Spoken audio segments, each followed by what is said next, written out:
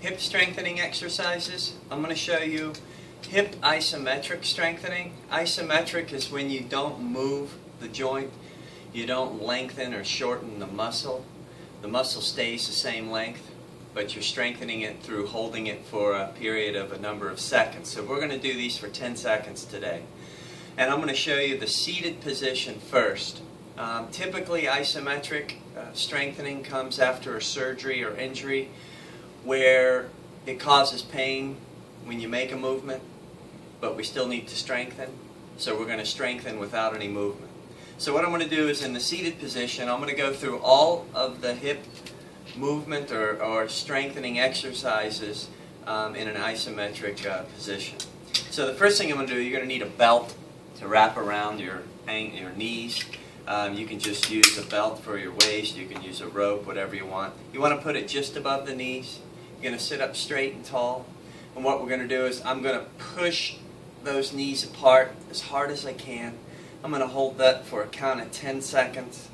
And I'll probably repeat all these 10 times. So this is hip abduction isometric because I'm pushing my knees apart. Not moving my feet or ankles, or staying directly under the knees. 10 seconds and I'll relax. Now I'm going to go into hip adduction. Adduction is squeezing together. At home you can either use a ball, a pillow. If you have a roller, you can use the roller. The roller is between my knees. Again, for hip adduction, I'm going to squeeze those knees together. Hold that for a count of 10 seconds. Again, repeat 10 times.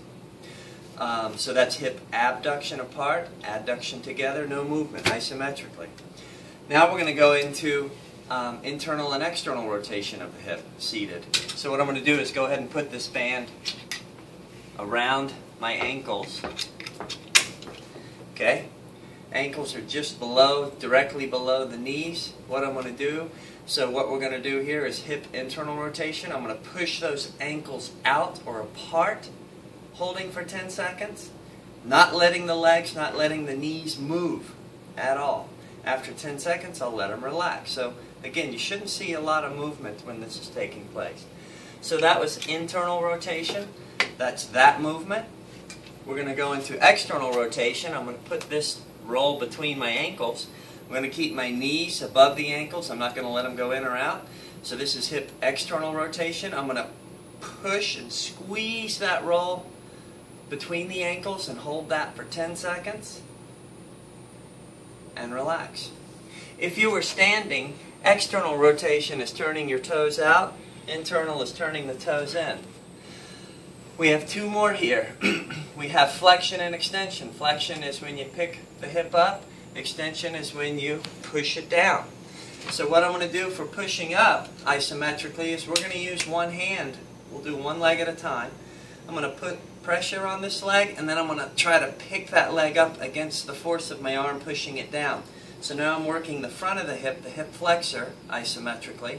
Again, holding for 10 seconds. After 10, let loose, relax. Again, there should be little to no movement.